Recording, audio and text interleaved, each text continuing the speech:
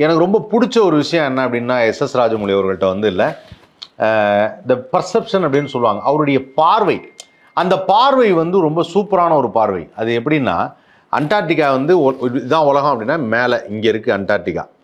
இப்போது இந்த அண்டார்டிகாவில் ஒரு கல் விழுது அப்படின்னு சொல்லி எடுக்கிறார்.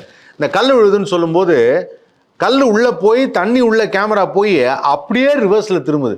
என்ன புதுசாக இருக்கே அப்படின்னு பார்த்தா, அண்டார்டிகாக்குள்ளே கீழே இந்த பக்கம் இருக்கிறது இது வந்து நார்த் போல், இது வந்து சவுத் போல்னு வச்சுக்கலாம். சவுத் போலில் இருக்கிறது வந்து நம்ம கீழே இருக்கிறதுலாம் இந்த பக்கம் இந்தியா, ஆஸ்திரேலியா, இதெல்லாம் இந்த பக்கம் இருக்குது.